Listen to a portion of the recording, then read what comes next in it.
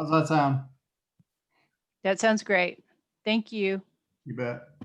I'm trying to figure out, I've got all these little boxes up here.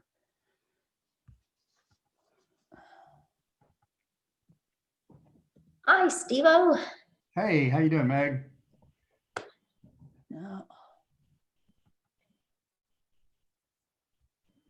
I'm trying to figure out how to, oh, here we go. There we go. Okay. Oh, OKC dot prime gov dot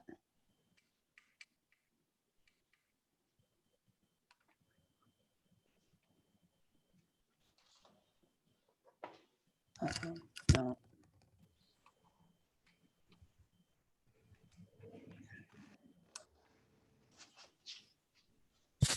Technical assistant thinks I'm on.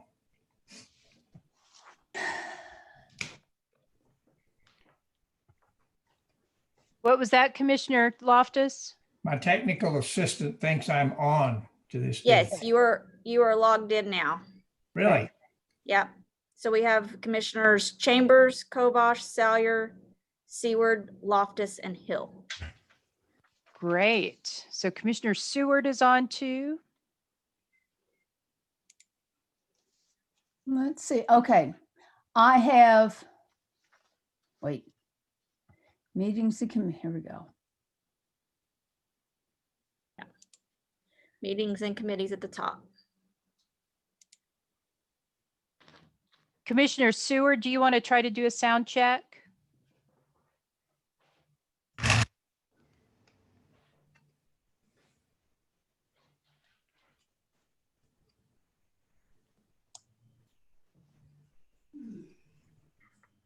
Do you show me as being in yet? Commissioner Cooper? Yes, we Okay. can see you. I see So the, we've got one, I see the 2, 3, agenda. 4, 5, 6, 7, 8, and we've got Commissioner Bailey. Do you want to try to do a sound check?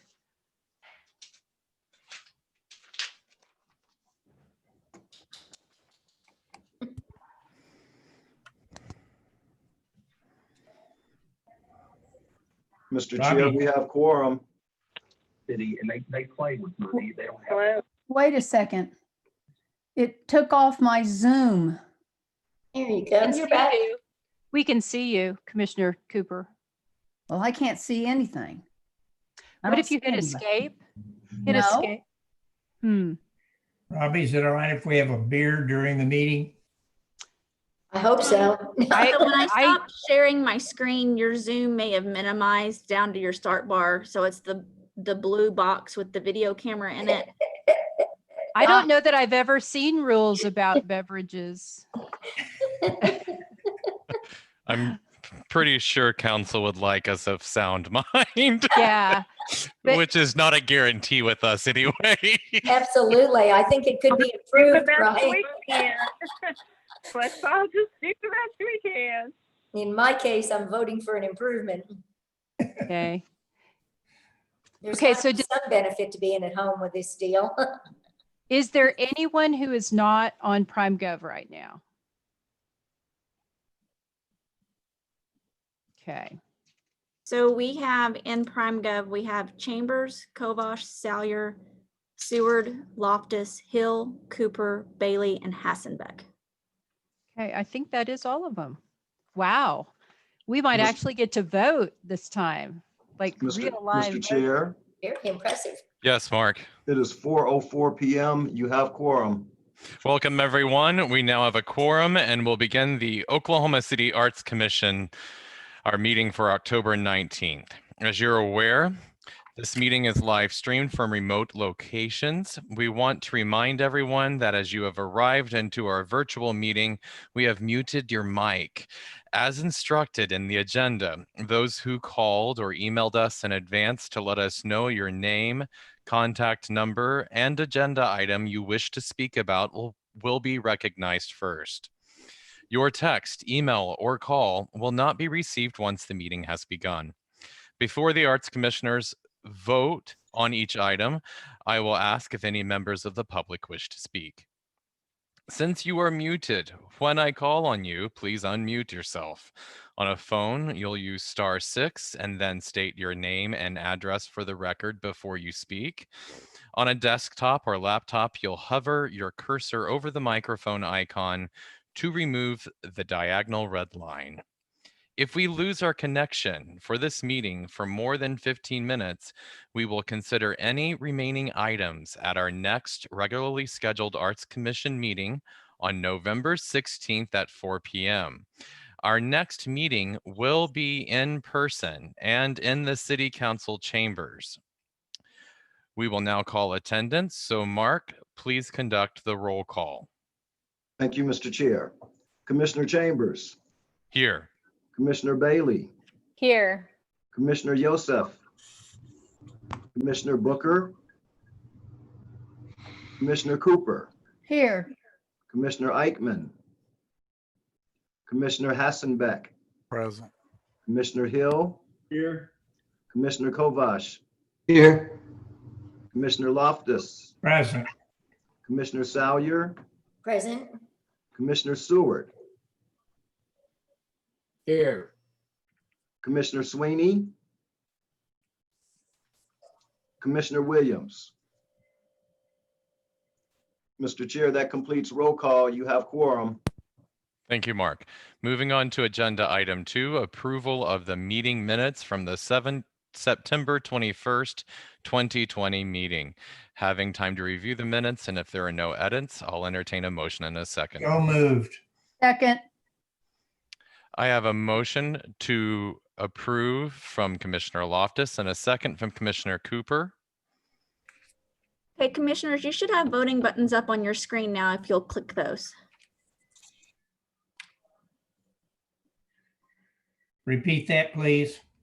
So you should have voting buttons on your screen. The current button should be asking if you would like to second the motion. If all you see is the live meeting screen for Zoom, you may need to press escape on your keyboard to actually bring your agenda back up to see those buttons.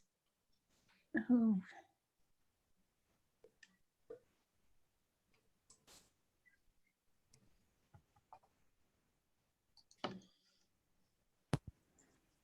All right, and so now it should be asking you if you would like to vote yes or no.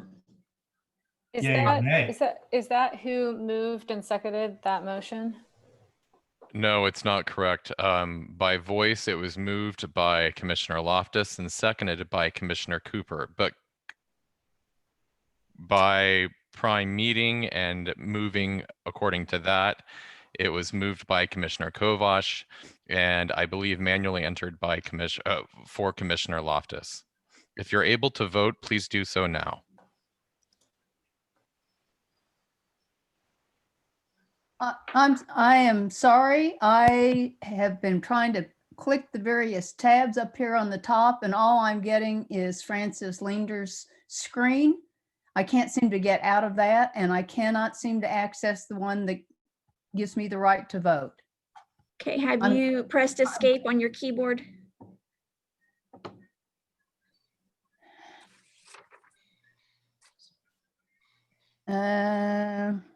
Okay, well, So upper left, probably upper left portion of your keyboard. well, my keyboard doesn't have, it must be have a different symbol on it because it doesn't, there isn't a, I have a Macintosh. It doesn't have an escape button on it. Okay.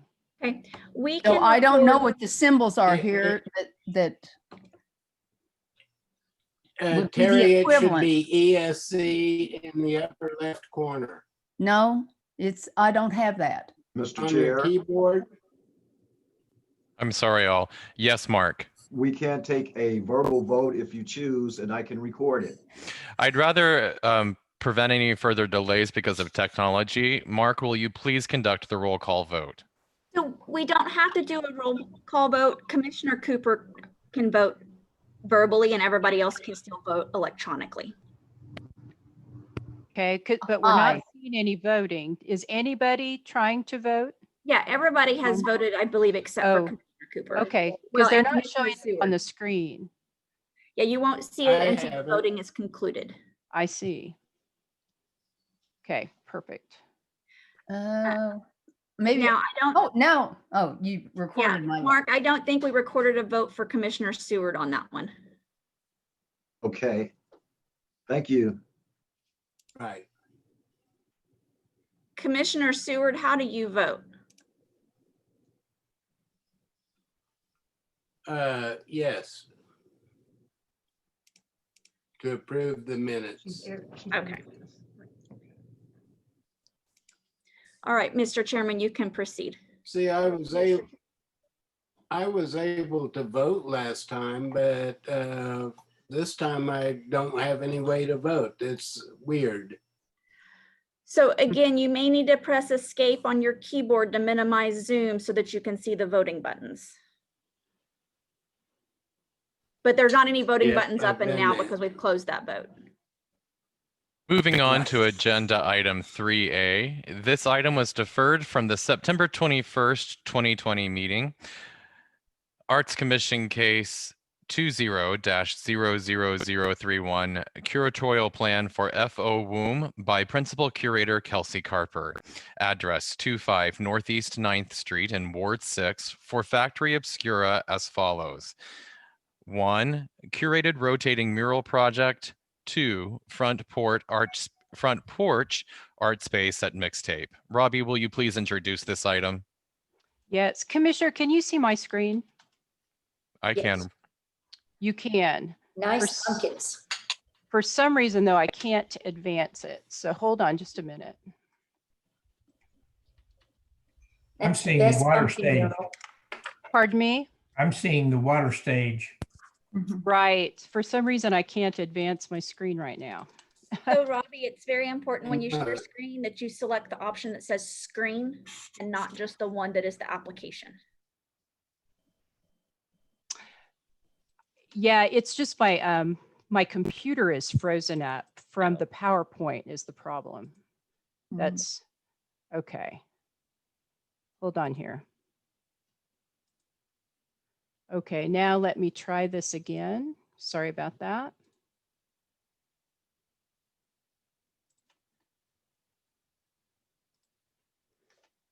Okay, now can you see my screen? You still see Seeing the water pumpkin. stage. Yes. You're still seeing the water stage? Okay. Yes, ma'am. So I am going to go to this. How's that? I'll just do it manually. Yeah. Okay. So I'll go through this very quick because you've already seen this. This is the site of for the curatorial plan for F.O. Womb with proposing a principal curator for Kelsey Carper, 25 Northeast 9th Street. Here is the west wall along the alley, and they're looking at this overhead garage door and these panels right here.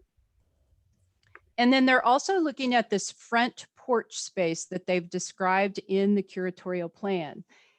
Now, the last time that the Arts Commission looked at this, unfortunately, we had a scheduling conflict and the principal curator, Kelsey Carper, was not able to join us, but she's with us today. And I know that there were some questions that the commissioners had about the plan that she'd love to answer for you. Robbie, can I make a note? I see your slide here says Northeast 9th Street. It's actually Northwest 9th Street. Thank you. Thank you. And Kelsey, while you're at it, I believe you've heard some of these questions posed at our last commission meeting. Please feel free to state your name, address, and begin answering those as best. Yeah, so I am Kelsey Carper. I'm a co-founder at Factory Obscura. We're located at 25 Northwest 9th Street. And yeah, so we moved into this building a couple of years ago. And as you all probably know, most of the murals on the building were existing when we moved in. And part of our plan is to, take over some of the maintenance on some of those existing murals. But also these areas that Robbie has pointed out were places that were either made blank by some of our repairs and construction to the building, or were places where they were being vandalized with graffiti frequently.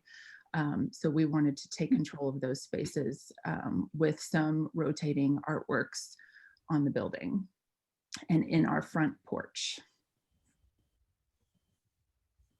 So what are some of the specific questions that I can answer? Commissioner Eichmann's not with us, and perhaps Robbie and the other commissioners can correct me if I'm stating this incorrectly, but I believe she specifically wanted you to speak to appropriateness, coherency, and overall feel for what's happening and all of that space around those rectangles, those masked off Yes. white spaces. What's your approach? Yeah, so those areas that are white on the images that Robbie showed have actually already been painted with some murals.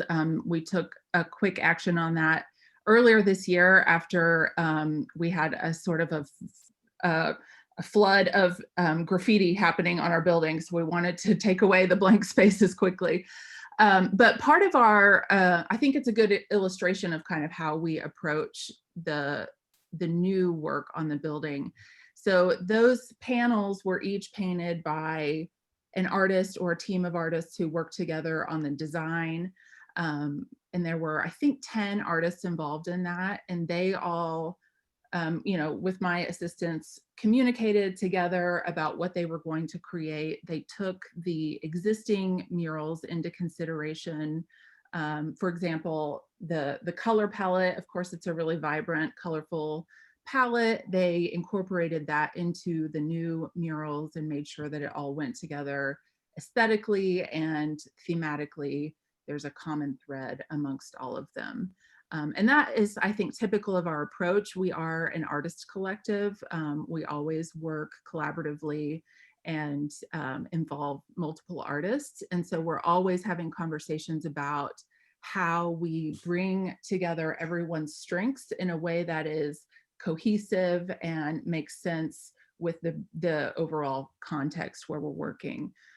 So our intent is to, you know, show our respect to the existing murals and also add new things that feel like they belong. Thank you. I'll open this up to other commissioners to either follow up or ask additional questions. I would like to ask a question. Commissioner Loftus, please. Kelsey, you said you're going to take control of the other art, I think is the way you put it. Does that mean you're going to replace the existing painted masonry? No, that is not our intention. Right now, there has not really been any ongoing maintenance to those existing artworks, and we would like to preserve them as best that we can. And I guess that's what I meant by take control, is just to have the authority to refresh them as needed, or to preserve them, I guess I should say. But the white rectangles, you're going to do some mural work there, is that correct? Yes, that's where the new work will go. We're not looking at that today. We're not looking at that today, correct? Yes. Right, yeah, those, what is white rectangles in those images have actually already been painted with new imagery. And those are panels that were previously windows that were covered up through the course of our construction for the purposes of what's inside the building. The windows went away. So that created new space that needed to be filled. So commissioners, what you're looking at today is a curatorial plan. So this is not an application to paint murals, but it's actually an application to curate what goes on the space with Kelsey, who is also in our meeting, designated as the principal curator. In your packet is her bio, and you'll see the plan to curate is in there. And it's for these panel walls on the west side of the building, and also the front porch space that you'll see here with the AstroTurf and the seating, that they would curate that. And some of the conditions that staff has suggested for you is that prior to installation of any work, that they submit Visual Arts Rights Act waivers to staff in the Office of Arts and Cultural Affairs. We have received the curatorial credentials, and they're in your packet, that we also had listed. We suggested the installation of an art marker at each location indicating titles of work and names of artists. If there's any kind of structural work proposed in the front of the site, that there is a review of engineered drawings for structural work prior to installation, and also to receive a certificate of approval from the Downtown Design Review Committee, because this is in the DDRC design review area, and then issuance of any permits made. These would be permits for installation that are typically required for murals and for any structural work. Thank you, Robbie. Uh-huh. Any other questions from commissioners? Oh, please, Kelsey, go ahead. Yeah, I just wanted to add that on that front porch space, since I didn't address that specifically, we imagine the potential for future additions to that space that may be more sculptural. An example of that, you can see we have some planters built in where now we have live plants growing, but in the future we have some ideas for some fabricated plants that are more sculptural objects that maybe have lights incorporated in them so that they light up at night. If you've been by the building in the last year or so, you know that it lights up at night. And so we're always wanting to add to that effect. So some of those more sculptural elements may go on the front porch area. And luckily we have a structural engineer as one of the co-founders of our collective. So we have quick access to engineering for structural needs. Thank you, Kelsey. I believe Commissioner Bailey has a question or comment, and then followed by Commissioner Seward. Yes, so there's a photo in the application that includes the back of the building that does not have indicated like mural spots on it. It just kind of shows some graffiti that's happening back there. Is that included in the site for curation, or is it just an example of showing that there is graffiti happening and that this is part of the remedy?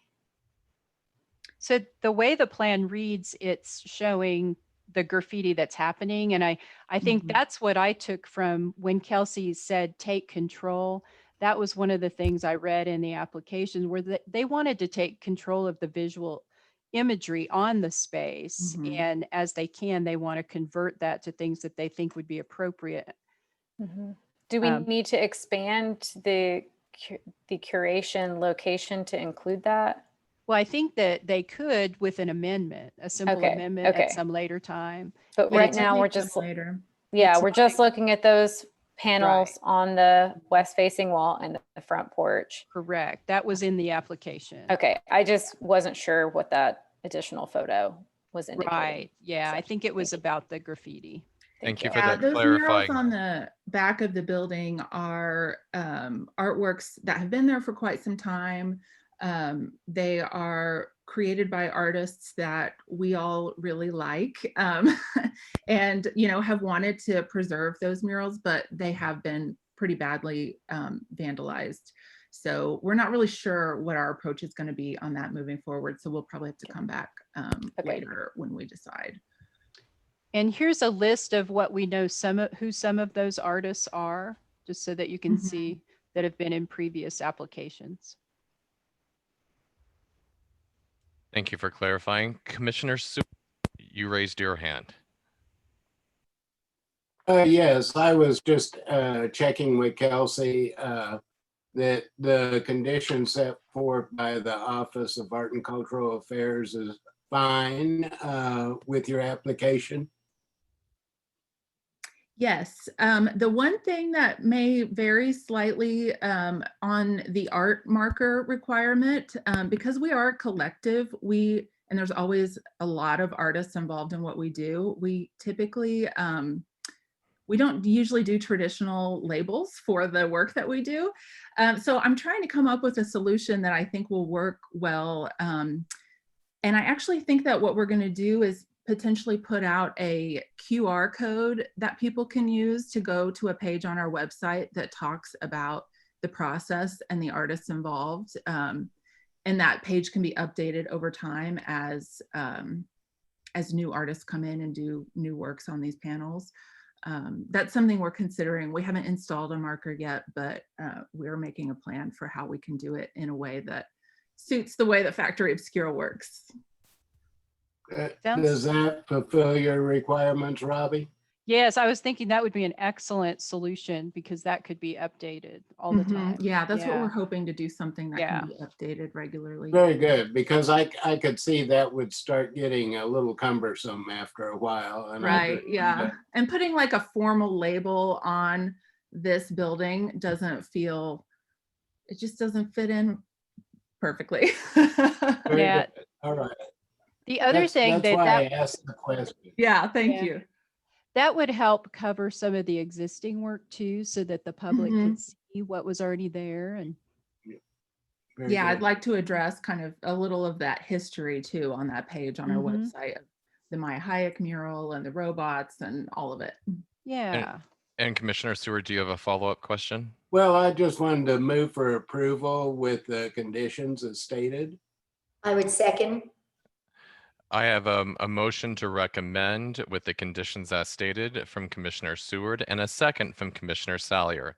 I believe we have further discussion, but a motion is on the table. I will hold the vote until after discussion. Commissioner Bailey, followed by Commissioner Cooper. Commissioner Bailey, please. I really hate to bring this back up, but I think we need to clarify the application is including the north wall. Oh, it is. Okay. There's a red line around the northwest and south facing wall in the application. So somehow staff missed that. I want clarification either way, and I would be fine moving forward either way. Just want to make sure that we have on record what it is that we're approving so that we know who the point of contact is on those. Thanks, Alice. Locations. Yeah, I think on the drawing, on the site plan, is that what you're looking at? Yeah. That indicates the north wall. Yeah, we included that wall on there because we were trying to clarify, I think, where all of the existing artwork is, just to be thorough, because the east wall of the building is the one wall that doesn't have anything painted on it. Right. And we wanted to be clear that we don't have any intention to ever add anything to that east wall without further discussion with our neighbors and our property owner. Okay. And so it was important to them that we made that very clear in our application that the east wall is absolutely not part of this conversation. We just wanted to be clear where all of the existing artwork is. But in the written part of our application, I think we only indicated the west wall and the front porch. Is that correct, Robbie, in the application? Yes, that is correct. Commissioner Bailey, are you comfortable with the application as is? I would really like an updated site plan that's a little bit more clear. I'm fine voting today, but if Kelsey can update that with Robbie to show existing murals versus site of the curatorial plan, two different options, just so that we understand that your curatorial plan does not extend to the north wall right now, in case there's unsanctioned or unexpected art, maybe. And Kelsey, we can do that through email too, just so we have a record in the file. I think that would be good, but I understand it to be just the two agenda items that are in front of us for the curatorial plan. Thank you. Yeah, thank you for clarifying. And Commissioner Seward and Sally, you're okay with your motion as it stands? Yes, I am. Thank you both. Commissioner Cooper. My question is probably only tangentially related to this, but it brought up a question in my mind that one of the reasons that we have used for advocating on behalf of murals is it reduces graffiti. And so I was wondering, is there something particular about the womb that's inviting graffiti, or is it not providing a deterrent effect anymore because we have so many of them? Or do we know? I mean, that may be a question without an actual answer. Yeah, but I think Kelsey nodding her head. So yeah, I think there is something about this building that attracts people for sure. I don't know that I could articulate exactly what it is, but it certainly has a magnetic quality. And the back, that north wall in particular, I think just because it's the back of the building, it doesn't have a lot of like public facing eyes on it. It doesn't face the street.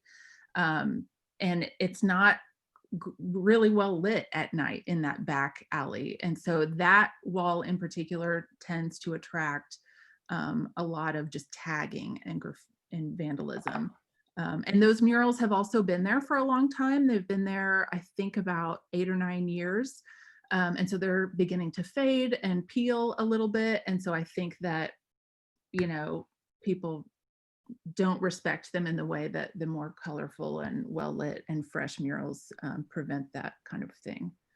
Kelsey, we've had a lot of trouble in this last 7 COVID month period on the other side of Broadway as well. Yeah, that's when it started happening on that west wall where those white panels were. I need to let the mailman in. Yeah, right after we closed, we weren't open for business regularly, we started seeing a lot of tagging on the building. And so that's why we wanted to take action to prevent it from spreading. Thank you. I guess when you don't have something better to do, you become a public nuisance. I guess so. Thank you all. Any additional questions or comments from commissioners? If not, I'll open this up to questions or comments from citizens. Is there anyone who would like to speak for or against this item?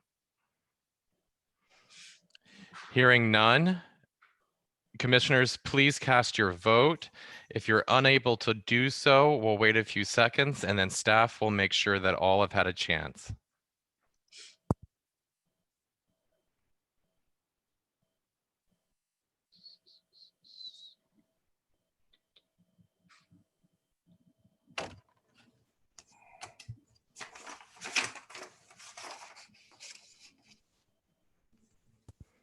So Mark, this is where you need to get on and ask for the ones that you're missing. Got it. And Mark, for a note, Commissioner Sweeney has joined us. Commissioner Sweeney.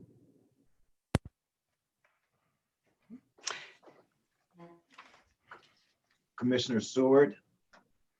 Yay. Commissioner Cooper. Commissioner Cooper, you are muted. Sorry. Yes. Commissioner Sweeney.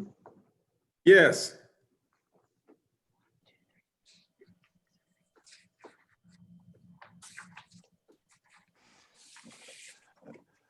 Does that take care of all the votes, Mark? Yes, the vote is complete, Mr. Chair. The motion passes. Motion carries. Moving on to agenda item 3B. Our next case, this case is also deferred from our September 21st meeting. It's Arts Commission case 20-00039, revision to the Visual Arts Rights Act waiver for artists influencing all wards. Robbie, will you please introduce this item? Certainly, Chairman. So can everyone see the screen here? Okay, great. Yes. So this was a waiver that was proposed, introduced to you at the last meeting. So now that you've had time to look at it, I do think that I've listed here all what we had hoped that the new waiver would do. I don't think there's a reason to really go into it, but I do know that there are different commissioners that may have questions about it. So I'll hand it back to the chair. Thank you, Robbie. Are there any commissioners who wish to comment on this item? I see Commissioner Cooper. I recall at the last, I recall at the last meeting that someone made a comment that as the waiver was presented the last time that they would not sign it. And I was wondering if their objection was something that was addressed or if that is something that has been kept in since the waiver we received, it's not like a red line copy that shows where the changes are. I know that the committee reviewed it and I saw that they approved it, but I was wondering if whatever objections had been previously expressed to the language was modified or was explained with enough that people didn't find it to be objectionable. Thank you, Great. Commissioner Cooper. Staff, Robbie, could you answer that first? And then I'll go to Yes. Commissioner Kovash. That's a great question. And no objections were shared with staff. So what you're seeing today in your packet is exactly what you saw last month with no changes. Thank you, Robbie. Commissioner Kovash. Yes, and I'm going to need Robbie to help me clarify this. In the background of this part of the agenda, it says, it's like the second sentence. It says, the current waiver used is appropriate for the city's use when commissioning work under the 1% for the arts ordinance, but applicants, artists, and property owners have expressed confusion. Robbie, this is just a sample document for artists and property owners to use. Am I correct, or am I mixed up?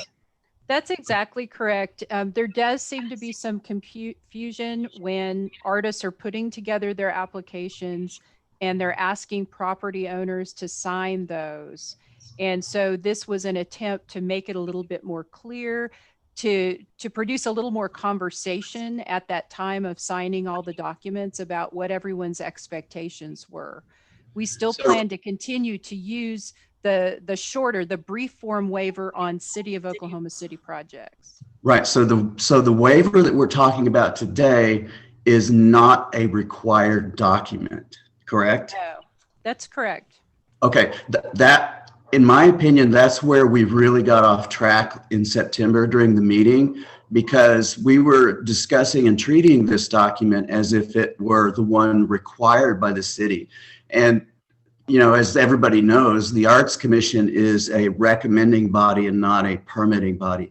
So we're just actually putting this up there as best practice, use this if you like. And we tried to simplify it. So I think that's where we got lost last time. The required waiver that's required by the city council and the other permitting bodies is going to stay the same. It's not going to change. So we're really just basically voting on a sample. That's it. Oh, okay. And I pulled up the waiver, and I think that the part that whoever made the comment, they made it in our last meeting.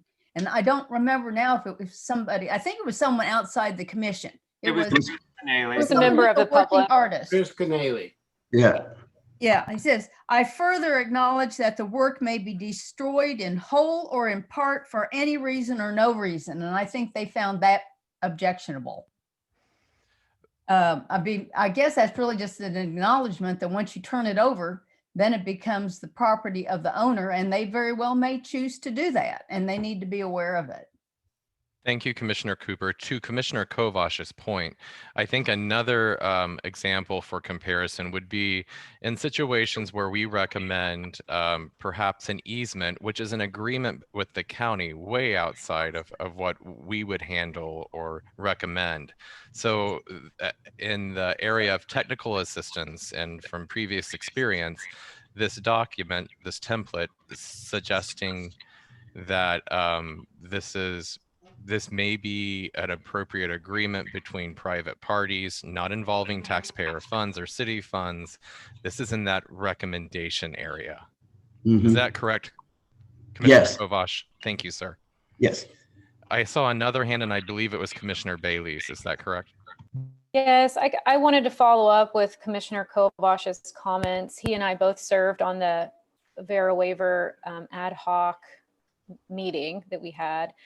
And I do think that there's a lot of layers of confusion about why the Arts and Cultural Affairs Department would include this. And I think there are other resources available to artists that hopefully in our community can provide some similar and maybe comparable documents for artists to use. based on feedback and that level of confusion as a member of the meeting, I would make a motion to decline recommending this document and for this item to no longer be on our agenda moving forward. So I have a motion to deny this recommendation. Well, withdraw it maybe? Yeah, what would my... Well, withdraw would be to withdraw the motion. So the action, I believe, and Rita, please correct me if I'm wrong, the action that we would take is deny.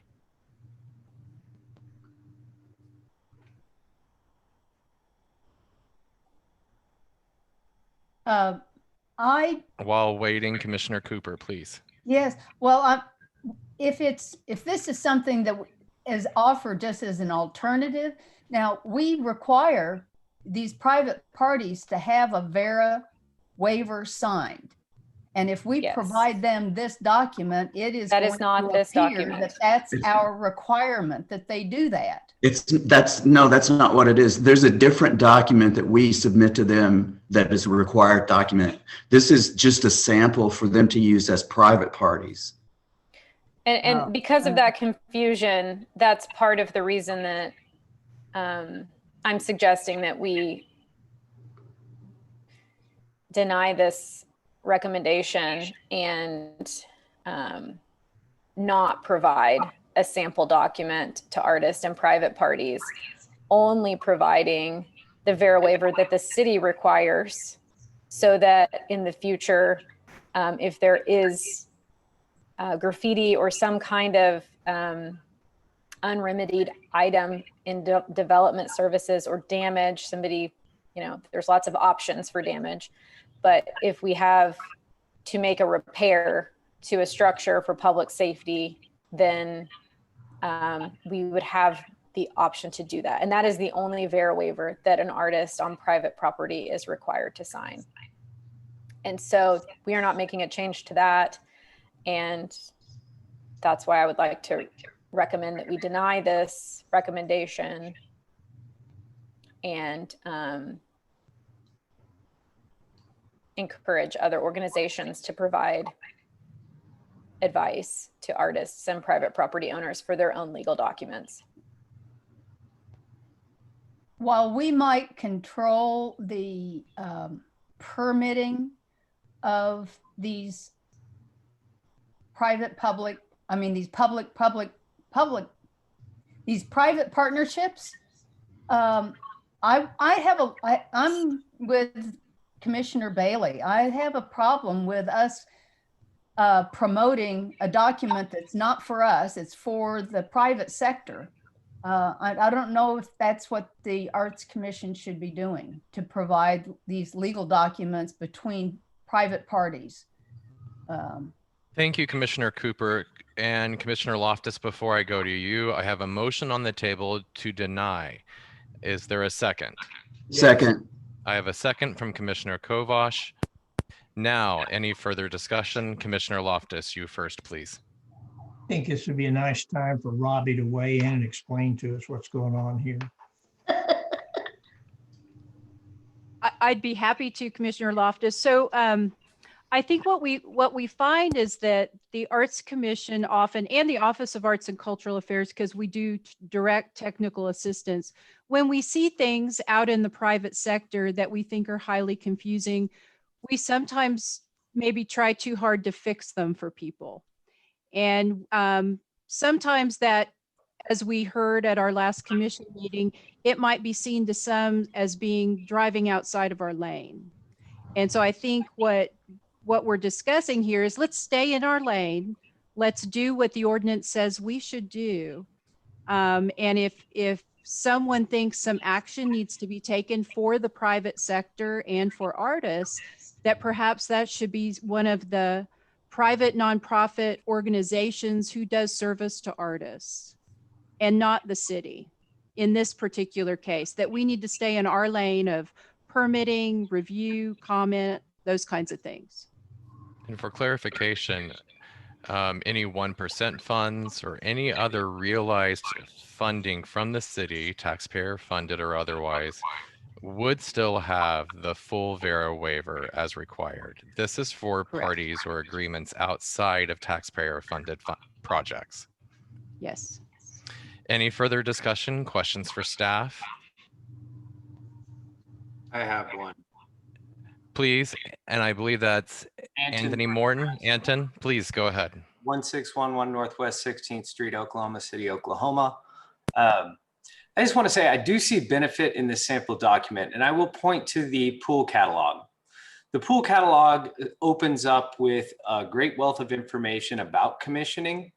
And I know personally through private projects that I've handled that companies reference that information. And in doing so, they eliminate a lot of mistakes. They eliminate a lot of potential trials that could cost money, that could cost artist issues, that could result in a poor project. So I will say disseminating information to the private sector from your office is beneficial. I would add also that I believe the issue that artists are going to take with the sample document comes down to the language. You know, whenever they do a project with the city of Oklahoma City and they sign a Vera waiver, they know that for changes to take place, there are many committees involved. Whenever they sign a document with a private party that has language that says for any reason you can alter this, they're not sure that they can trust that party. It's not a committee most of the time. And so I would say that if there's a way to reorganize that language in the sample document to assert that the project could be destroyed or altered for a list of good quality reasons, which I know could become a very, very ridiculously long list, then I think artists would probably get behind it. And the sample would have a lot of good use. And that's really all I had to say. I see both points. Thank you, Mr. Morton. Any additional comments or questions from citizens or commissioners at this point? Commissioner Cooper, please. One more comment.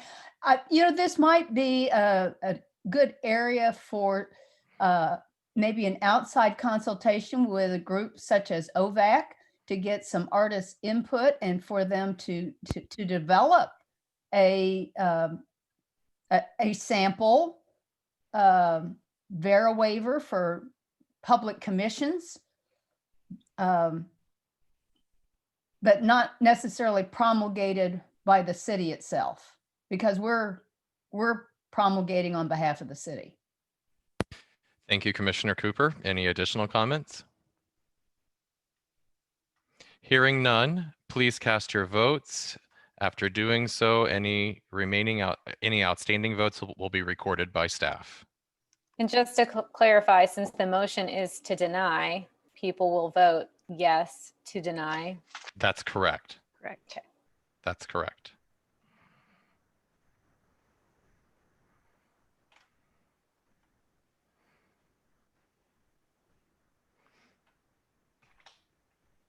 Mark, I believe it's safe to do a roll call vote for the outstanding. Yes, sir, Mr. Chair. Commissioner Chambers. I voted, sir. Commissioner Yosef. Commissioner Loftus. Abstain. Commissioner Hill. Voted. You stubbed my vote. Mark, I'm sorry. You only need to call the members that you know are present that haven't voted electronically. Thank you. Commissioner Sweeney. Yes. Commissioner Booker. I don't believe Commissioner Booker was here. Let's see. Mark, we're looking for Jim Hassenbeck and Terry Commissioner Cooper. Hassenbeck. Yes. Commissioner Cooper. Yes. Does that cover all 8 plus an abstention, Mark? Yes, that is correct. Perfect. Okay. Thank you. Correct me if I'm wrong. We should have 10 commissioners present currently. Is that right? Because Commissioner Sweeney joined us later.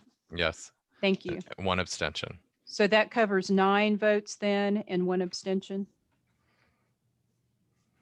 Is that correct, Mark? Yes, that is correct. 9 plus 1 abstention. Perfect. Thank you. So the vote is displayed on the screen now, so you can see how the vote went and how Okay. many voted. Thank you. I could not see that. If you need to toggle back and forth between your open windows to see that vote, it may be necessary. The motion carries. Moving on to our next case, agenda item 3C, Arts Commission case 20-00042. The Way It Oughter Be by Nick Baer, doing business as Curator Studio, a 1% for art, site-specific ceramic mural to be installed on an exterior wall of Early Wine Aquatic Center, address 3101 Southwest 119th Street in Ward 5. Randy, will you please introduce this item, sir? Be happy to. Thank you, Mr. Chair, and good afternoon, commissioners. So Robbie is sharing her screen so that you can see a map of Early Wine Park. For those of you that aren't familiar with Early Wine, take a drive down to Southwest 119th in May sometime. This is one of the crown jewels in Oklahoma City's park system, a huge park that has a lot of different amenities, including the golf course that you'll be hearing about sometime next year about our projects going on there. Massive playgrounds, play areas, all kinds of things. There's also a YMCA at Early Wine. But we're primarily interested in the Family Aquatic Center today. This is one of the 2 family aquatic centers in the Oklahoma City park system. And the site that we're thinking about, well, that we're not thinking about, we're talking about today, is actually a wall immediately to the south of the main entrance to the aquatic center. And you can see it in this image with the large red circle. Next slide, please.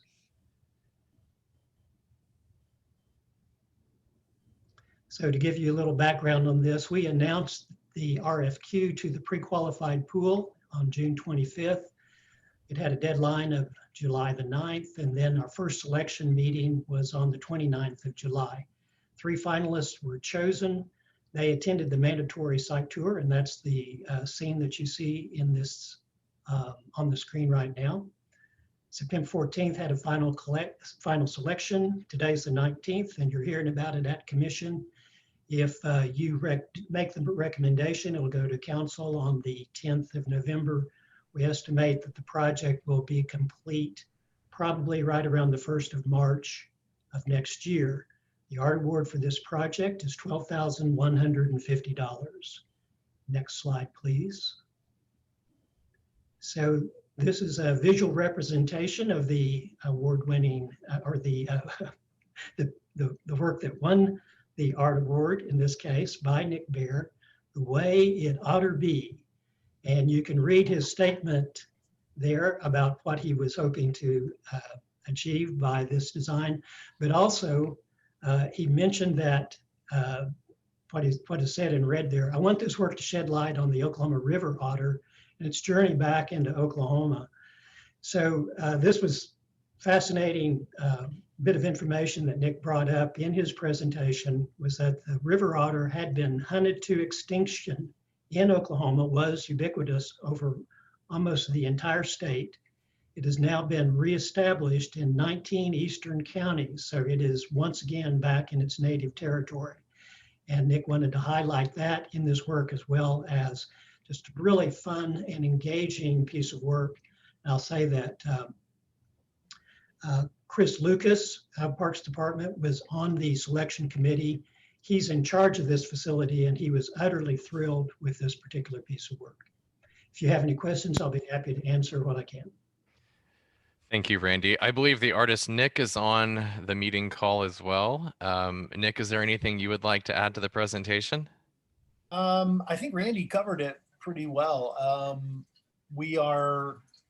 I'm happy to get the opportunity to do this, but I just really wanted to highlight the history. Most people in Oklahoma aren't really familiar with the fact that river otters are native to Oklahoma. And it was kind of a surprise to me to find that information out. And then also, again, in doing the research on the project, that the Oklahoma Wildlife and Conservation actually had a reintroduction program for the river otter, and that now, the river otter is reestablishing itself in Oklahoma. And then the other little bit I wanted just to add in there was the fact that it is a family aquatic center, and we have a family of otters, having fun. So having something that was fun, family friendly, and having otters, because who doesn't love otters? So the title, The Way It Oughter Be, kind of ties back into the fact that it's families having fun and being active, but also the reintroduction of the otter back into its native home. So the title has that double meaning as well. And then we were going to include that brief history about the river otter in the art marker as well. So that information will be available to the public. Thank you, Nick. Do commissioners have any questions for the applicant or staff? Brian? Yes, sir. I would just like to ask a couple of questions about the river otter. From Nick, how many are there, and are they a protected species? That information I do not know as far as their actual numbers. The information I have is the area in which they are located. They're in 19 or 16 different counties right now, and I think 29 different watersheds in the state. So that's the information that I have. I do not believe it is a protected species, but I can do some more research and get you an answer for that. Actually, Nick, I think that sounds like a fantastic research project for Commissioner Loftus, that he can share a report at our next commission meeting. You guys just aren't next to us, The teacher and me. Any additional questions from commissioners, or a follow-up from Commissioner Loftus? Our governor's out shooting bears. It seems like we ought to be able to know something about the river otter. Thank you, Commissioner Loftus. You're welcome. I'll recommend approval. I'll second. I have a recommendation from Commissioner Seward and a second from Commissioner Bailey. Any further discussion?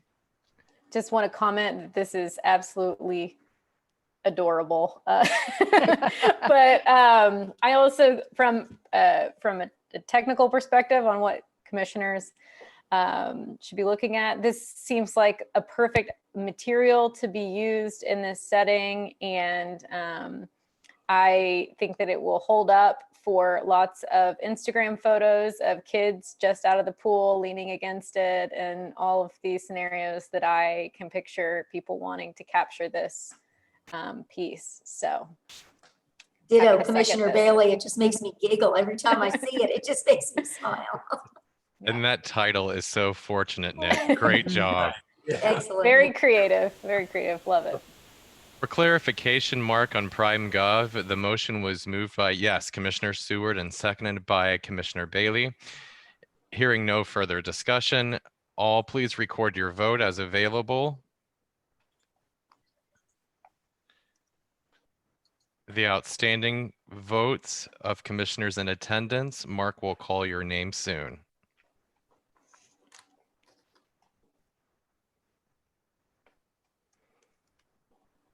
Mark, please proceed with Commissioners Sweeney, Hassenbeck, and Cooper.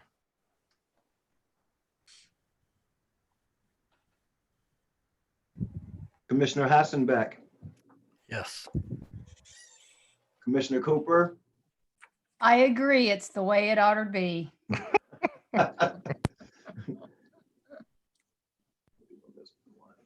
And That was Commissioner yes, Sweeney, in please, case- Mark. Sweeney. Yes. Mr. Chair, the votes have been tallied. The motion carries. Thank you, Mark. The motion carries. Moving on to agenda item. Oh, rather, I have a brief announcement. It's this part of the meeting where I announce if we lose our connection for more than 15 minutes, we will consider any remaining items at our next regularly scheduled Arts Commission meeting on November 16th at 4 p.m. A reminder, our next meeting will be in person and in the City Council chambers. Now, moving on to agenda item 3D, Arts Commission case 200043, restoration of Over the Top by Bruce White. Professional services agreement with Shane Welsh, doing business as JL Fabrications. A 1% for art sculpture located at the Matt Hoffman Action Sports Park, 1700 South Robinson Avenue for $3,000, located in Ward 7. Randy, will you please introduce this item? Yes, thank you, Mr. Chairman. The site map you're looking at shows the Matt Hoffman Action Sports Park, which is embedded in the new Manuel Perez Park, which is actually part of the old Wiley Post Park. So if you have followed all of that, you're right on site there on South Robinson at Southeast 17th Street. You pull in, there is a lot of new construction in the area that you'll be hearing about very soon and projects associated with that. We're looking at a sculpture that was installed in 2005 at the Matt Hoffman Park. And this is it. This is artist Bruce White's Over the Top sculpture that has been in place for about 15 years now. And you can see from the image that it has been the target of a lot of graffiti. There's stickers on it. There's all kinds of things that have accreted to the sculpture over the years. And Parks wants it to be restored to some semblance of its original glory in time for the dedication of the new Manuel Perez Park, which is taking place next month. So in this particular case, we submitted an RFQ to art handlers in the pre-qualified pool on August the 28th and heard back from 3 respondents on September the 2nd.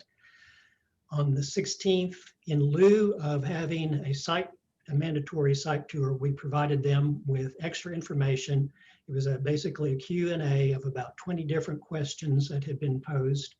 And we asked the artists then to give proposals based upon the information that they had received. The selection committee reviewed 2 responses. We received 1 no bid and made a recommendation to the Arts Commission today, and that is for Shane Welch. If you recommend it to go on to City Council, it will on the 27th of this month.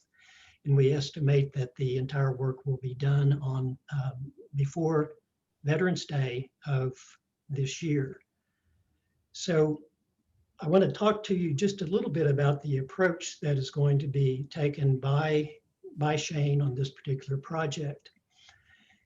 First of all, we considered doing a full-scale restoration that would have involved sandblasting the piece back to bare metal, priming it again, and doing a sprayed-on finish.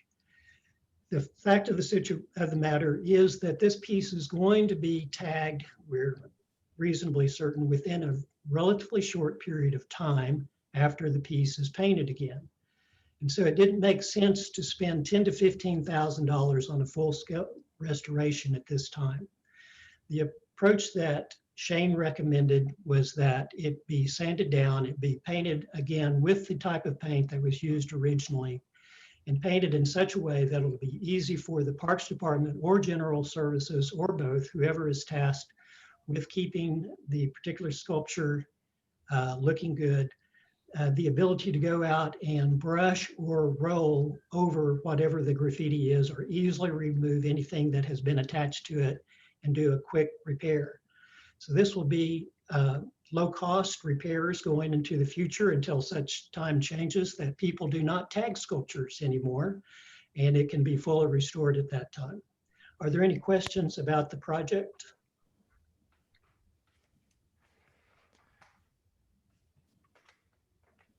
Yes. I would move approval. I have a motion to recommend from Commissioner Salyer. I also saw hands up, but before moving to those questions, because we have a motion, is there a second? Yes, second. I have a second from Commissioner Loftus to recommend. And then now discussion from Commissioner Seward and Bailey in that order, please.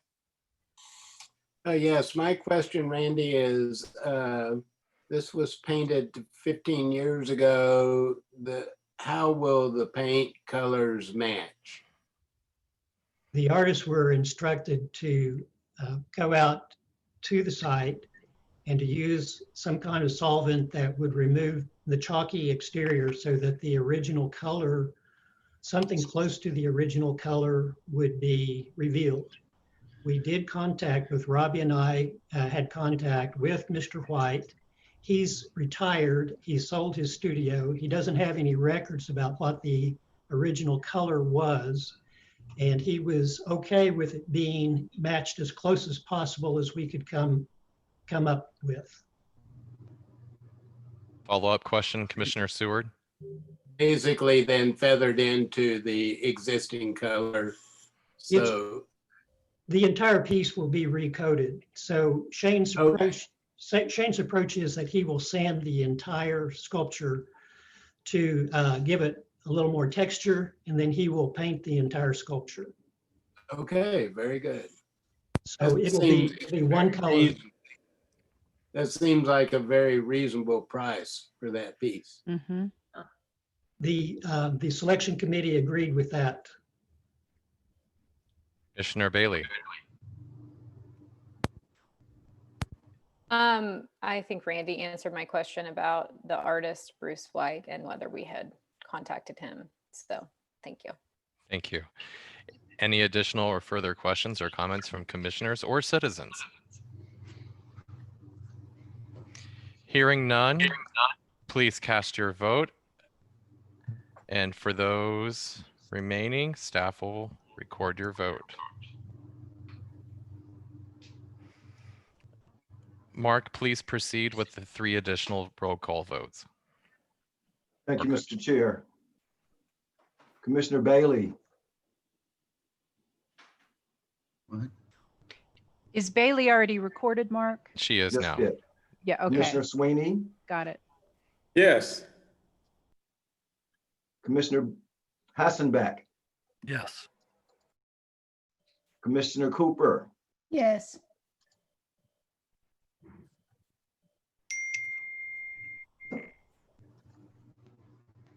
Mr. Chair, we have completed the vote. The motion carries. Thank you, Mark. The motion carries. We are now to item 4, the consent docket. We will consider all of these items together. But first, I'd like to request that Nick Bayer present on item D, family ties. Yeah, so I'm going to be giving you guys an update on the Family Ties project that we're doing at the Health and Wellness Center number 2.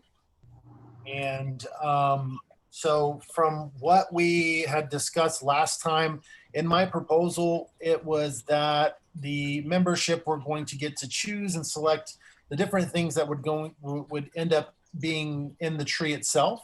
Then we had some issues with COVID kind of shutting things down, but we recently were able to get things back started, and we had via online and also in-person survey results. We had 75 people participate in choosing some of the different creatures that would be located in the tree itself. What I did to kind of help them out is I selected regional creatures and animals that you would find in Oklahoma, and we kind of I limited it a little bit to that direction, and then left it open to them to write in suggestions if there was something else. So that way we would be able to have something that was kind of cohesive and felt like an environment that we would find in our area regionally. And we ended up, I don't know if we have an updated drawing coming up. You can see those are some of the areas. We ended up adding 10 different creatures into the work.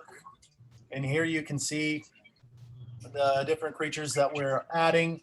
So we've kept the owl, we've added squirrels, we've added buffalo, butterflies, scissor-tail flycatcher, cardinals.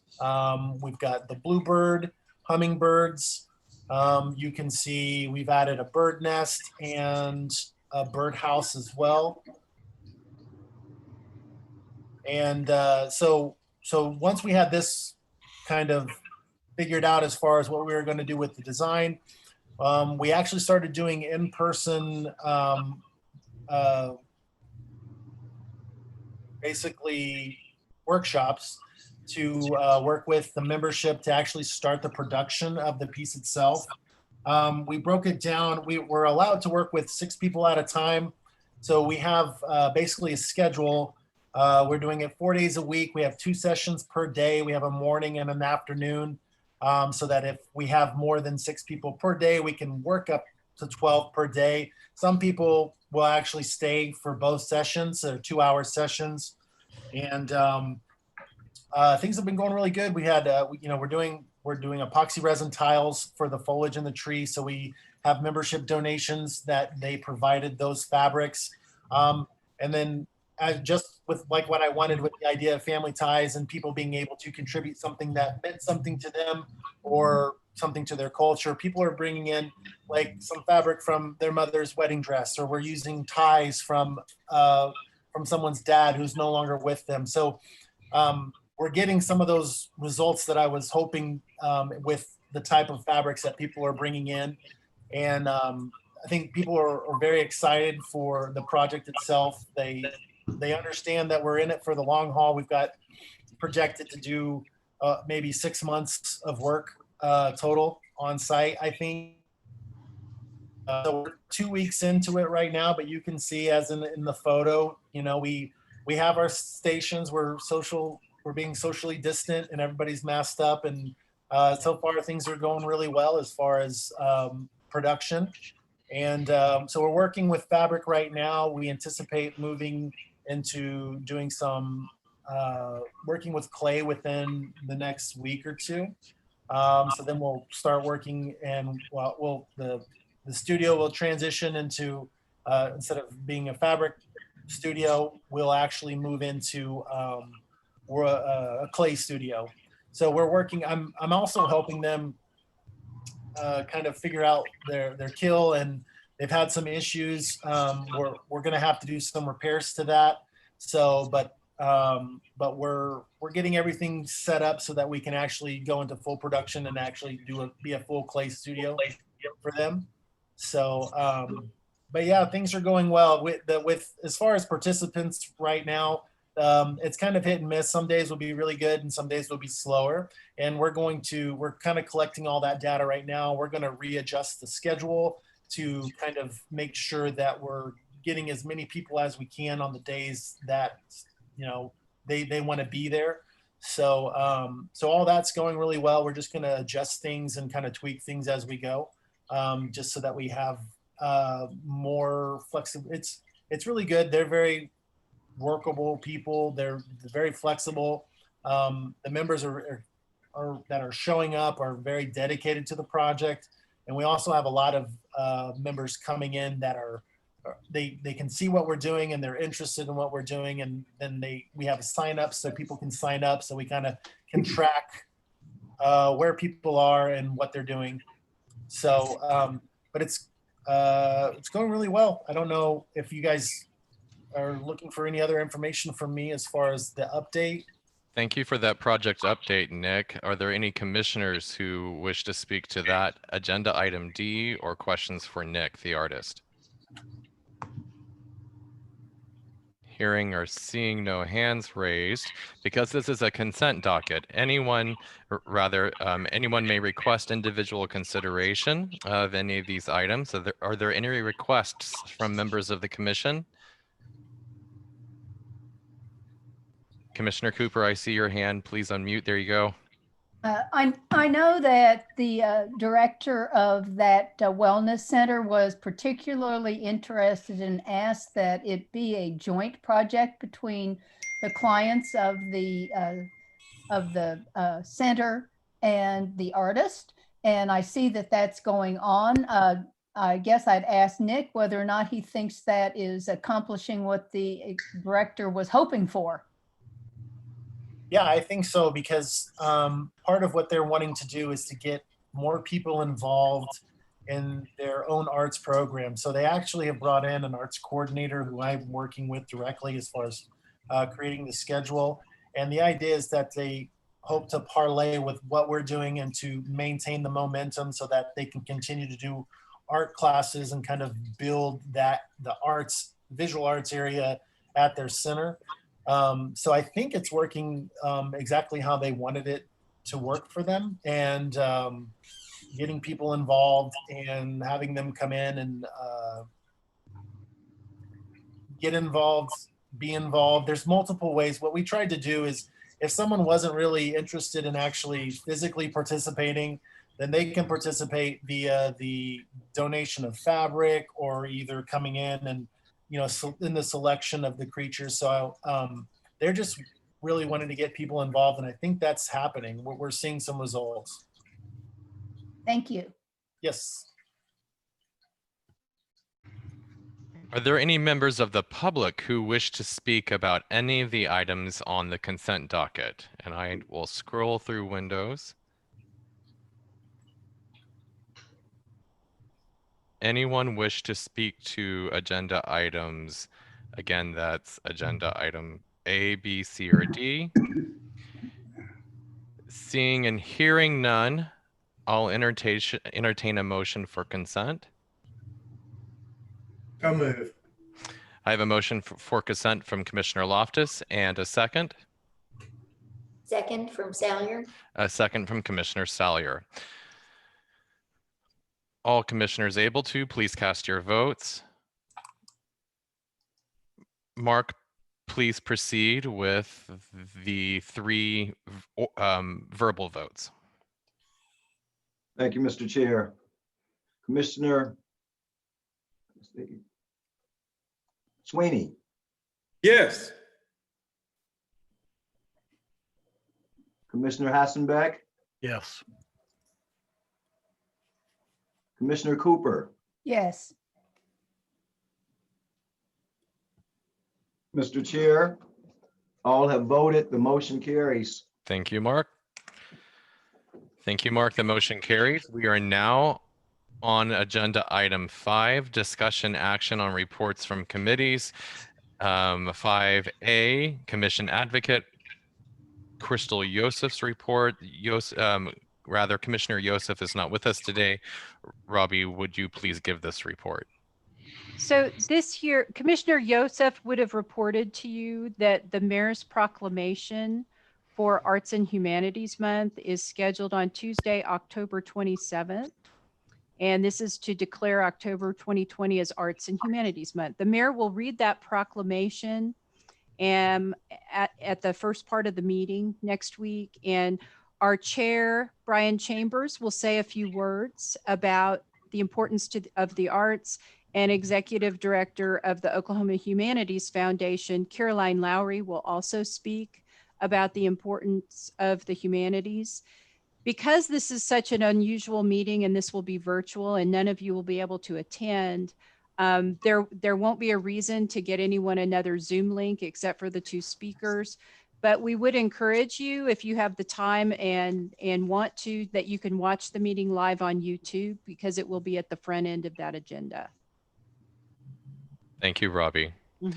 Moving on to agenda item 5B.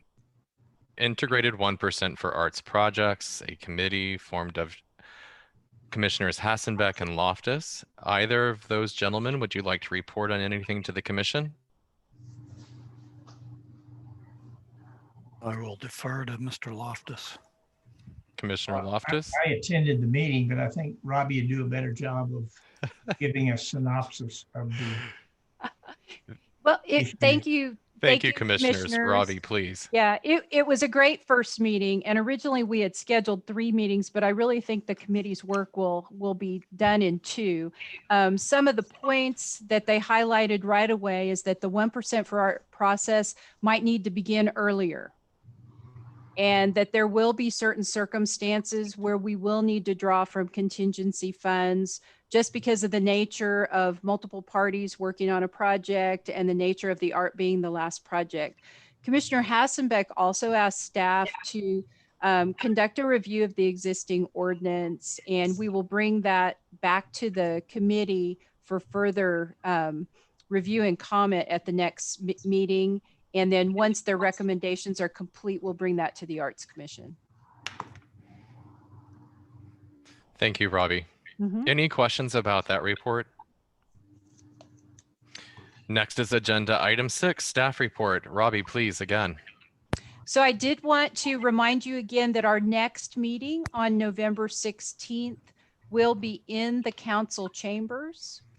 Some of the information that we have been provided is that there will be plexi shields between the stations for commissioners.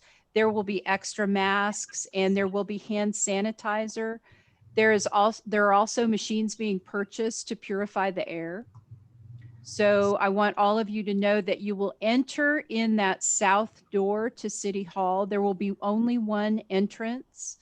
You will sign in for contact tracing. Your temperature will be checked. And then you'll proceed to get on the elevator up to the 3rd floor for the council chamber. If you have any questions about that, please contact myself or Mark between now and our next meeting. Robbie, let me ask you a question. Are all of our meetings from here on out going to be that way? Or is this a one-time, one-off deal? This, for now, the governor's emergency order expired, and that emergency order allowed us to do meetings virtually. So now we go back to the Open Meetings Act and that meetings happen in person, unless there is some state law change or some new emergency order. Well, I hate this because I've gotten to where I really like this .gov or organization thing, whatever it is. Yeah, I really know. like it. So what the other thing that's going to be really important when we go back to our in-person meetings is that the council chambers will look different. And staff will be getting trained at the end of the month on how it works. And it'll be important that all of you bring your username and your password to that meeting, that you write it down and bring it with you, because it'll take too much time to try to reset it and you won't be able to retrieve that on that, we don't think, on those computers. So please, we will remind you of this again, but I want you to hear it 2 or 3 times so that you'll remember to bring that. Okay? On what computers? The computers that you'll be using in the council chambers. You will be actually voting on a computer screen. So we're not going to escape this. Pardon me? We're not going to be able to escape this .org thing, right? Right. You won't be having a Zoom meeting. Right now, you're having a PrimeGov meeting and a Zoom meeting together. Your next meeting, you will be in person, but you will be voting on these flat screens that'll be in front of each station. And you'll also have microphones.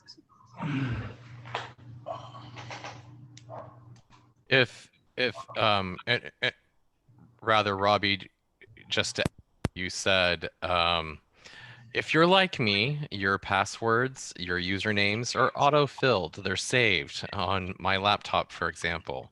Now would be a good time to remember which email address you use for your login for PrimeGov.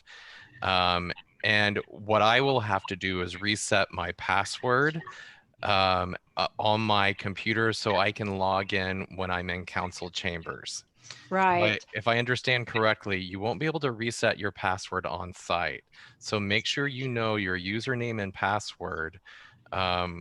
We've been pretty comfortable at home, so it's been automated for me. Make sure you know those 2 things before arriving in council chambers for our next meeting. And if I feel like I should also stress that it'll be really important for a quorum understanding for Mark. I understand many may not feel comfortable meeting in person, so please be in communication with staff about attendance. I've very much enjoyed the modifications to the Open Meetings Act. I think it's allowed for greater participation, but the laws as currently written and without the emergency declarations These are the requirements. So our commission meetings can fulfill all of the requirements of the Open Meetings Act. Any questions for staff? Yes, Anton Morton, and it's less of a question. As a matter of fact, I apologize for my appearance. It's been a long day. I've been in the field, but I kind of want you all to see my face. I know that there's a limit to what you all can do with regard to a governor's order to open this up. I think this is a huge step backward. I think a lot of you all know this. I'm concerned for you all. I'm concerned for, you know, the loss that this is going to cause. I think access is the greatest thing we can do to improve the participation of other artists and individuals and private parties that just want to find a way to become involved with the arts in the right way. It takes time, and obviously I've enjoyed this. I've been at every meeting for 7 months, and I honestly think that prior to that, I might have attended 2 in 2 years that didn't have something directly to do with me. I hope you all fight this. I have written several representatives. I would write the governor's office, but he's done responding to me. I hope you all fight this, and I'll just leave it at that. I appreciate your time. I appreciate your service. Thank you, Anton. And on that note, for this law to change, it would take writing your state representative, writing your state senator, writing the governor. This would require a change on that scale. But I would also encourage you to contact your ward council member to share how you've enjoyed this greater access to our city's administrative life and how boards, committees, and commissions like ours function. And additionally, we're seeing higher numbers related to the pandemic on many markers than we have since we started having virtual meetings. So please share those concerns with your elected officials. Any other comments or questions for staff on agenda item 6, staff reports?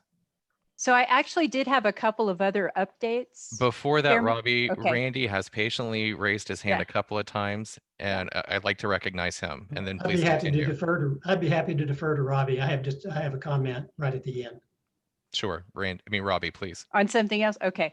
So last week, muralist team Brooke Rollins and Dylan Bradway began their murals for the Shillings Skatepark and the Stars and Stripes. They did not work today, I hear, because of the weather, because it was kind of wet. But we did want you to know that. You can see in the background for the Zoom meeting, we've got the background on mine, What is the City But the People by UK artist Martin Donlan. And he is working with local project manager Tony Morton, and they're going to start that project later this week. These 4-inch little tiles on 3 skin walls surrounding that parking garage. And then you'll see on Randy's background, he's got the interior of the convention center. This is because Virtual Sky, he's working with the mobilization team that will do the installation, and that will start next week.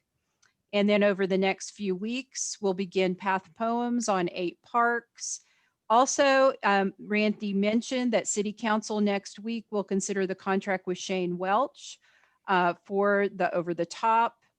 Tomorrow, the selection committee will meet for first selection on the Willa D. Johnson Recreation Center. This is the second of the 2 participatory projects.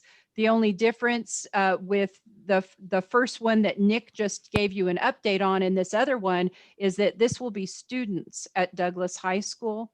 And then next week, the Scissortail Park Selection Committee will meet to make their final decision for, we hope, for the redesigned 1% for art for Scissortail Park. And then once that is done, we'll bring that recommendation to the Arts Commission. And then if that warrants an amendment to the existing contract, we'll do that. Okay. Thank you, Robbie. Randy? Mm-hmm. Robbie covered what I was going to say, so I'm good. Thank And you. it's that beautiful background behind you, the convention center. Mm-hmm. This virtual room is the south atrium. So imagine standing in the south atrium of the convention center in about 2.5 weeks and looking up, and this is what you're going to see. That's so exciting. Thank you, Robbie. Thank you, Sure. Randy. Moving on to agenda item 7, items from the chair. One plug for the Oklahoma City Museum of Art. We just recently opened Shared Lives, Distant Places, Recent Acquisitions and Photography. It's in celebration of the museum's 75th anniversary. We incorporated in 1945. We actually started as a Works Progress Administration institution and as an experimental gallery in the city's early days. Our current location was realized and opened to the public around 2002, but our 75th anniversary goes all the way back to 1945. We initially set out to collect only 75 works for our 75th anniversary. We have far exceeded that, now into the hundreds, multiple hundreds. And this particular exhibition focuses on donations in the medium of photography. 6 different artists working within the medium in a variety of techniques and styles. I highly encourage you to visit the exhibition as soon as possible. As a reminder, we have time ticketing and social and physical distancing requirements in place, and of course, mask mandates. And then secondly, my other thing is, thank you. I never imagined that my last year as chair we would spend in this virtual experience. None of us could have predicted that. We've learned a lot, and we've also realized a lot, back to Anton's point about access, about what's possible. So I mentioned something I was going to say earlier under staff comments, under Robbie's comments about us returning to council chambers. But again, I encourage everyone to reach out to your elected representatives to speak to how this has created perhaps greater access for our citizens. Now moving on to comments from other commissioners, please. Commissioner Bailey. I actually have a question. Are we going to get some notice before the convention center lights up? Because that seems like something that might be kind of fun as a member of the public to, and a commissioner, to witness the first time. Randy? I don't know the answer to that, but I can find out the answer to that and let you know. Okay. My official request is I would love a day's notice. So the installing team is supposed to be on site and actually starting the installation officially a week from today. We expect them in a couple of days before that. They're going to be working on both of the atriums simultaneously. There will be some point in there that they'll be testing, but I want the full thing. I want the whole, I want all the lights. I will get that date for you, Commissioner. Okay, thank you. Allison, I'll bring the bubbles. Thank you Oh, all. Mr. Chairman, may I put in a shameless plug too? I got an email from the Art Museum today talking about the exhibit that's coming in June of 2021. So everybody put it on your calendars because it is frescoes and artifacts from Pompeii that have never left Italy before, and their only venue is going to be the Oklahoma City Museum of Art. Thank you, June Commissioner through Salyer. September. It's my birthday present. Is it your birthday today, Commissioner Salyer? No, June. Oh, in June. So Okay. I'm going for Pompeii in June of 2021. Thank you. And we made the announcement today, so please share with all. Again, only North American venue, and the first time many of these objects, particularly paintings, have ever left Italy. Thank you. Commissioners Kovash, then Cooper. I'm sorry, but I need to leave. Yes, Randy, on that convention center, is that the one at the fairgrounds? No, this is the downtown convention center. Okay. The Oklahoma City Convention Center on South Robinson, just south of Oklahoma City Boulevard.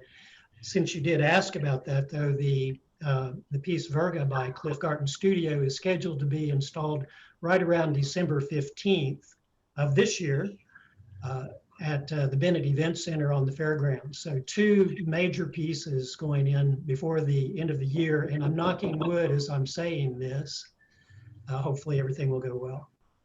Yeah, and just as another slightly shameless plug, I think that it would be good to go see that one light up as well, because I remember seeing the renderings and the, didn't you post something about the sculptures being created? Because I think that'd be something to go out and see, as well as the one at the convention center. So Cliff says this is the most complicated piece that he has ever designed and had fabricated. So it's just the piece itself without any lighting is going to be pretty spectacular. With the lighting, it's going to be a constantly changing show.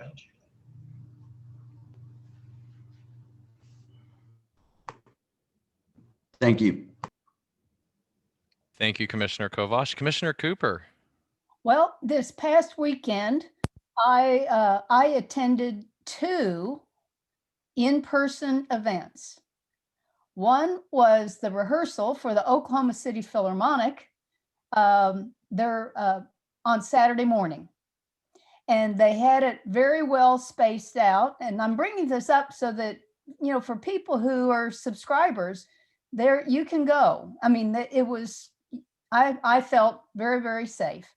So I don't know that they have any single tickets available because there are more subscribers than there are seats, given the way that they're trying to handle the social distancing. But there were only 50 people at the rehearsal. So it's possible that you might be able to have the opportunity in the future to go to one of the rehearsals. And it's wonderful to see orchestral music performed in the Civic Center. The other event I went to was JB, our fellow commissioner, JB had a concert this weekend at the Tower Theater. And that also was, they had the tables set up, social distancing. I felt totally comfortable. And so, and it was a new experience for me. I've never been to a rap concert before, but and JB is an amazing guy, as I'm sure everybody already knows. But in addition to his own rap music and other artists who sing rap along with him, he had Sam Kari, who is a cellist. He plays an electric, augmented cello. And, oh golly, I just have forgotten her name, but a harpist. So he had 2 people playing music. There was really a lot more along classical lines. So he's not limiting his repertoire to just rap. He's doing some inclusive work and including other people in his program to appeal to a broader audience. And the venue was good, so and well spaced out. So I'm encouraging you, if the opportunity comes, to at least consider it. Thank you, Commissioner Cooper. And I have been looking forward to your review of that performance for some time. And that just adds to my thoughts, my feelings that genre isn't as neat and clean as it used to be. Well, I did not understand a single word that they said. And I strained to, but I definitely, the beat of the music was definitely compelling, and it was very visceral. So it was a great experience. I'm glad I went. That makes me so happy, Terry. Makes me very happy, Commissioner Cooper. Any other questions or comments or anything from other commissioners to share before I open it up to citizens? In our chat thread, I did see someone who posted but labeled Venice neighborhood resident. Are there any citizens? And we are moving on to public comments. Item 8, public comments. Are there any members of the public who wish to speak to the commission? If you do so, it is required that you state your name and the city of which you're a resident. Yes, sir. I'm online still. Thank you for acknowledging my text. This is Bob. I'm in the Venice neighborhood in here in Oklahoma City. Does that suffice for name and address? I believe we need your full name, Bob. I apologize. Fellers. Thank you, sir. And you're a resident of the Venice neighborhood in Northwest Correct. Oklahoma City. Please continue. Correct. I appreciate it, and I do apologize. This is my first call, and I was a little confused on the format when earlier, and I hate to go back in any meeting, earlier when there was a call for discussions on the murals, I thought there was a specific line item for this particular topic, and there were more than just kind of a grouping of the murals. So again, I do apologize. I am on the call to discuss one mural in particular that is at 2808 Northwest 31st Street. Before I get too far ahead, I do appreciate the chance to speak. Thanks to Robbie. I know she has spoken to my wife a couple of times, and to the chair and all the commissioners. I do appreciate a chance to get to talk with you tonight. Again, this is my first time on this call, and thank you for what you guys do. The building and the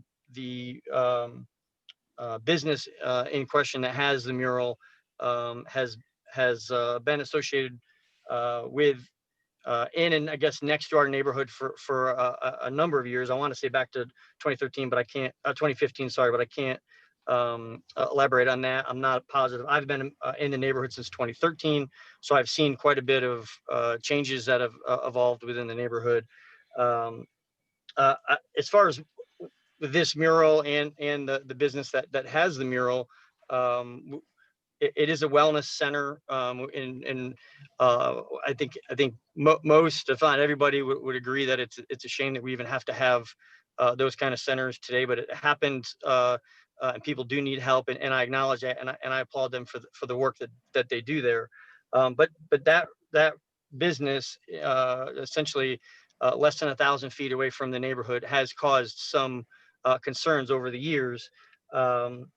And it hasn't come without its challenges, more than just graffiti or people just passing through the neighborhood. I went to the police department and I did pull. It's a matter of public record. Anybody can do this. It costs a little bit of money, and I just want to explain some of the concerns that I have. I won't speak for the entire neighborhood, but I know I am not alone. That I have for a mural placed on the east wall of this building that is not facing the commercial aspect of the buildings, but it faces the residential aspect of who lives behind these buildings. Again, very very close to the building. I have data from 2014 to 2017. For some reason, they didn't keep 2017 to 2018, and I got 2018 to 2020. There's been 59. This is all just documented from the police station. Nothing that, and again, anybody could pull it. There's 59 cases of suspicious activity or disturbance. There's 29 welfare checks over that time. There's been 23 mental patient calls. That's their terms. There's been 37 alarms that have occurred. Those are simple. That's just amount of kind of groupings within this address. There's been calls on vandalism, truancy. There's been 4 times of white collar crime. There's been drunken disorderly, and then there's been petty larceny. If it stopped at the misdemeanor type of level, I would kind of understand. It goes on into felonies. There's been 2 burglaries. I apologize to interrupt for 1 second. Sure. I usually limit comments to about 3 minutes. However, if it's okay, may I give you 30 more seconds to wrap up your final comments?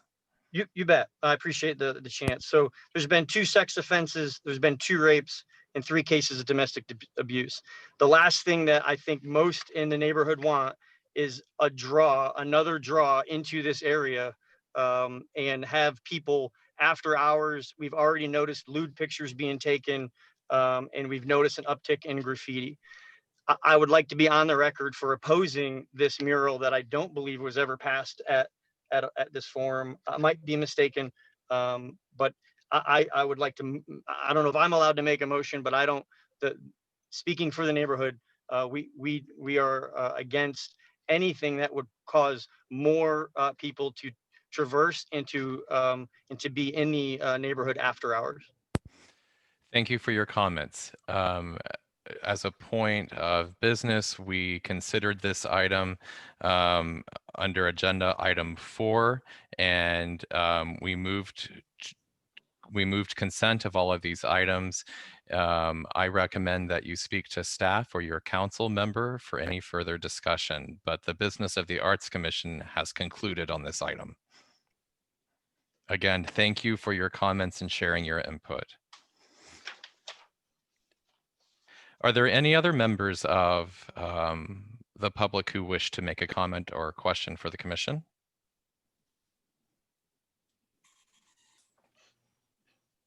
Hearing none, we are adjourned.